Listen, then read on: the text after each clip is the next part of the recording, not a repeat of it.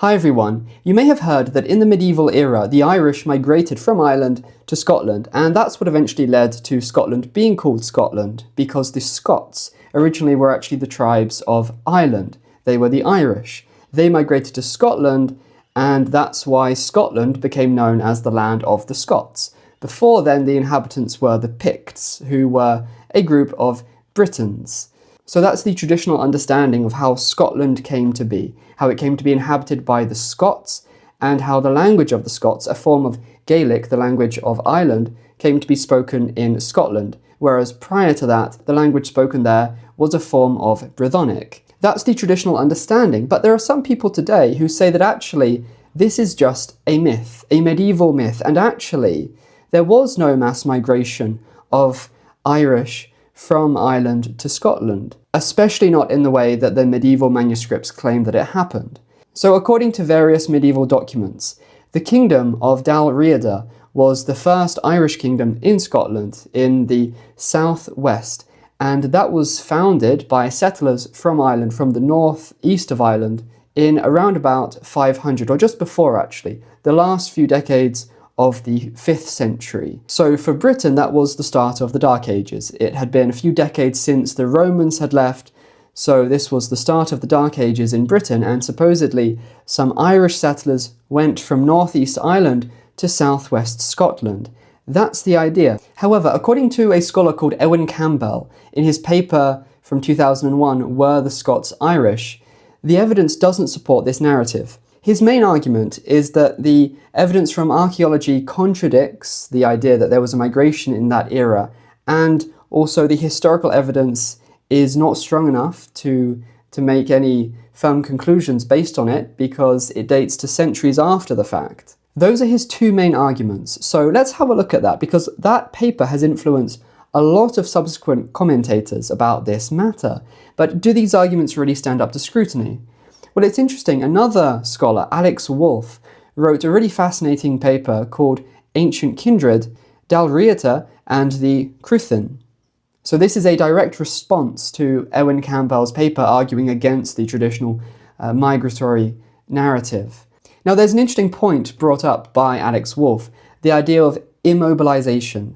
Now, this is a trend that we've seen, I would say, since probably about the 70s.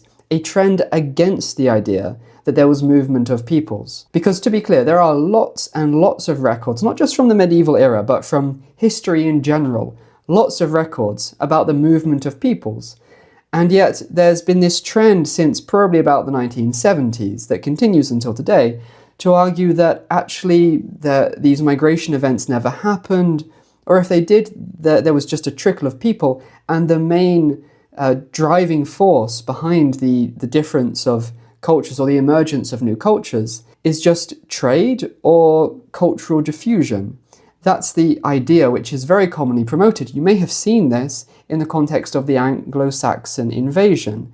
The idea that there was no massive migration of Anglo-Saxons from the continent to Britain. From about the 1970s until very recently, that's been a very popular idea, and an increasingly popular idea. Fortunately, it was completely dismantled by modern genetic evidence, very recent genetic evidence, which shows very clearly that there was indeed a mass migration of Anglo-Saxons from the continent to Britain after the Roman era. So now that is settled, there was a mass migration, even though for many, many decades, scholars and archaeologists were arguing that actually no, the evidence doesn't support this migration, it's just a medieval foundation myth. Sounds familiar, doesn't it? It's very similar to what scholars have been saying about the foundation myth regarding the creation of Dal Riada, the Irish kingdom in Scotland. Now, what's interesting is that Alex Wolff wrote this paper long before these modern genetic studies established that the Anglo-Saxons really did migrate to Britain, so he couldn't use that example like I've just done.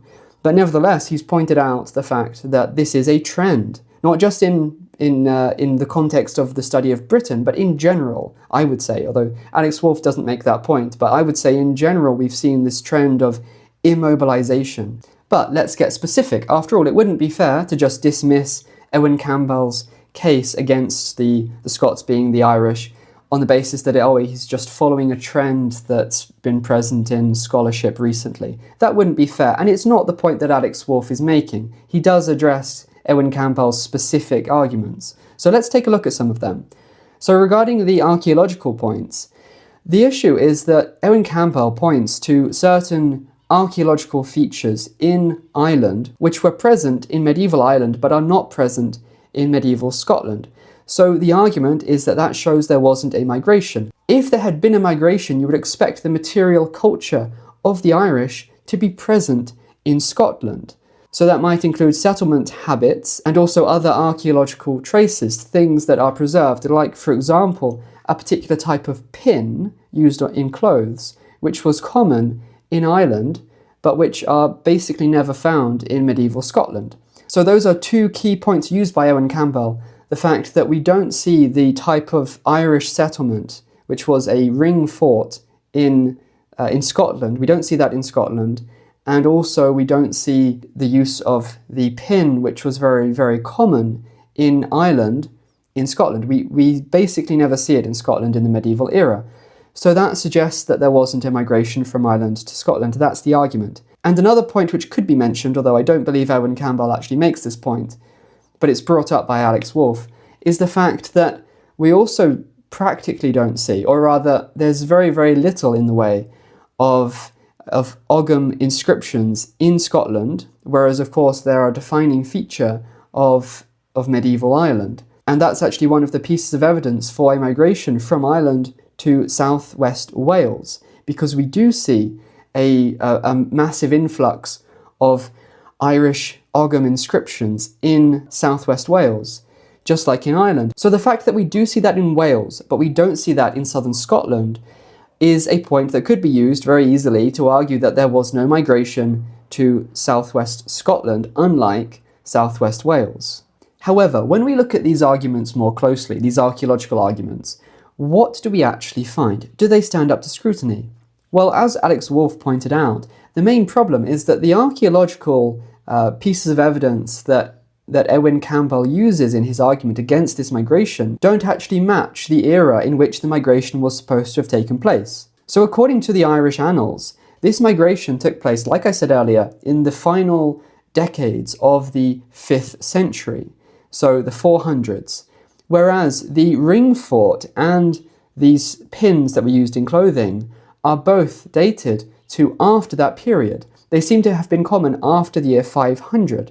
So if they weren't used in Ireland in the era in which the migration was supposed to have taken place, then obviously we wouldn't see the transfer of them from Ireland to Scotland, because they weren't in Ireland, they weren't used when the migration took place. So these key pieces of archaeological evidence that Campbell uses against the migration doesn't really work. And regarding the point about the Ogham inscriptions, well, the problem is that Ogham inscriptions weren't common in the northeast of Ireland. When we look on a map, we see clearly that the overwhelming concentration of Ogham inscriptions is in the south. And so it makes sense that we see them in southwest Wales, which was where the Irish migrated to in the early medieval era, because they came from that part of Ireland. Whereas northeast Ireland, which is where the Irish who migrated to southern Scotland were supposed to have come from, doesn't appear to have used Ogham inscriptions very much at all. So it makes sense that we don't see many in Scotland, where they were said to have migrated to. So the absence of Ogham inscriptions in southern Scotland obviously doesn't mean anything against the Irish migration there. So I would argue that there isn't really any good archaeological evidence against the supposed migration of the Irish from northeast Ireland to southwest Scotland. But of course, just because there's no good archaeological evidence against it, that doesn't necessarily mean that it did happen. So what's the evidence for it? Well, if we put to one side the medieval manuscripts which describe this migration on the basis that they're too late to be able to put very much confidence in them, then is there any other evidence that we can use? Well, yes, there are actually two pieces of evidence that we can use. One comes from Ptolemy. So just to give a brief explanation, because this will be important for the next point, the Celtic languages are generally divided into two groups. There are actually two different ways of dividing them, at least two different ways, but one of the most common ways is the division between P-Celtic and Q-Celtic. So P-Celtic would include languages like Welsh, Cornish, and Breton, which all descended from Brythonic, and also Gaulish, the language of the Gallic tribes.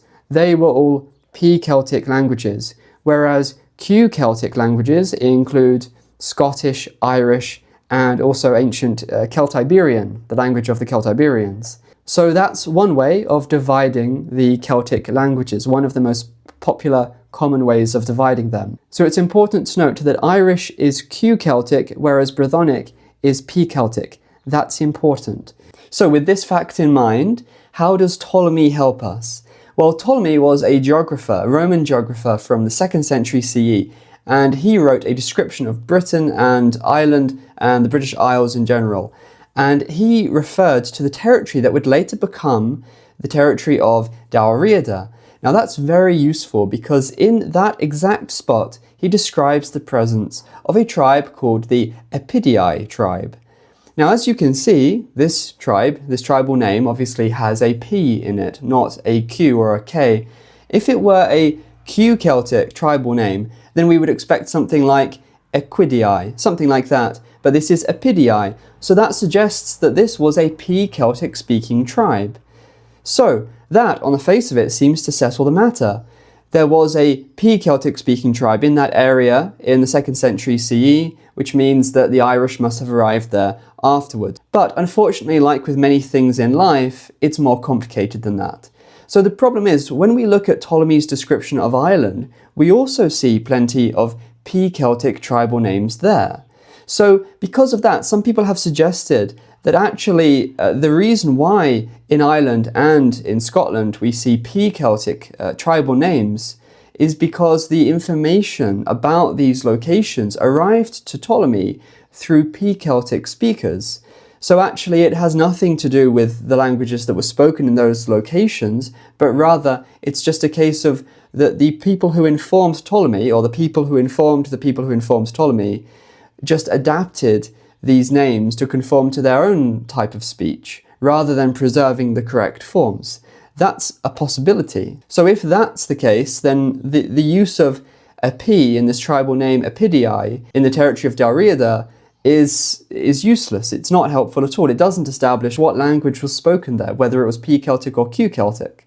However, it's notable that not all the names in Ireland in Ptolemy's description are P-Celtic. He does refer to some Q-Celtic forms. If P-Celtic speakers really were the ones responsible for these P-Celtic names in Ireland and Scotland, then surely we would expect all the names to be changed from Q-Celtic to P-Celtic. The fact that only some of them have been changed, whereas there are some genuine Q-Celtic forms preserved in Ptolemy's information, suggests that this isn't really a convincing explanation, and there may be another reason.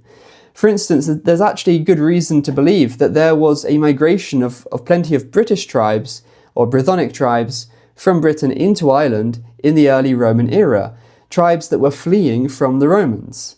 It's notable that one of those P-Celtic tribal names in Ireland, the Menapii, actually matches the name of an attested, definitely P-Celtic tribe in Gaul, the Menapii. So rather than this being an adaptation of what was originally a Q-Celtic name, just a Q-Celtic name that was adapted by P-Celtic speakers in the line of transmission that resulted in Ptolemy's description of Ireland, rather than that, it appears that this was actually a genuine P-Celtic tribe, evidently a branch of that attested P-Celtic tribe in Gaul. Another example is the Brigantes tribe. So that's a prominent tribe in Britain, but it also appears in Ptolemy's description of Ireland.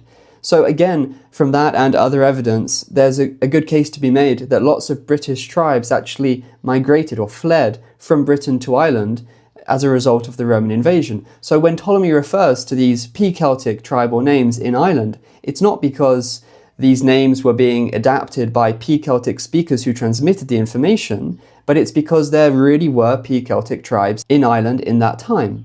Or at least that's a distinct possibility. As you can probably appreciate by now, this is a very complex issue. There isn't a clear-cut answer one way or the other. Was Ptolemy's reference to the Epidii accurate, or was it just an adapted form of what was originally a Q-Celtic Irish name? we can't say for sure, but I do think, given that Ptolemy does use some Q-Celtic expressions, and also there's an easy explanation for why there are P-Celtic tribal names in his description of Ireland, I think the conclusion that's best favoured by the evidence is that his reference to the Epidaei in Scotland is accurate, and that it really was a Brythonic, P-Celtic speaking tribe which lived there in his time in the Roman era. So if that's accurate, then that would obviously lend strong support to the idea that there really was a migration of Irish from Ireland to Scotland after this point in the early Roman era. And we also know that this migration must have occurred before the 7th century at the very latest, because by the 7th century we know that translators were needed between the kingdom of Dal Riada and their neighbouring Brythonic kingdoms. They needed translators to be able to speak between them, so that shows that by the 7th century at the latest, they spoke a different language.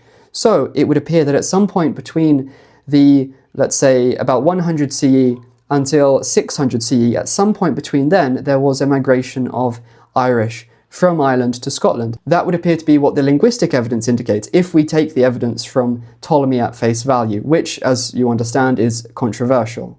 However, let's now go to something which can help to clear this up even more: genetic evidence. So just like in the case of the Anglo-Saxon migration and how the evidence from that destroyed the argument of immobilization, we find the same thing in the case of the supposed migration of the Irish to the kingdom of Dal Riada and the formation of that kingdom in medieval times. There are actually at least 4 genetic studies within the last 8 years that have shown very clearly that this migration did happen, although they don't make it very clear about when it happened, but they do make it clear that it happened. So let's take a look at this first one, the Irish DNA Atlas, revealing fine-scale population structure and history within Ireland, from 2017.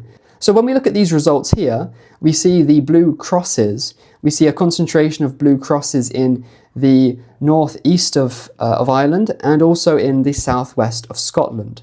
Now it's true that the blue crosses don't actually correspond particularly well with the territory of Dal Riada.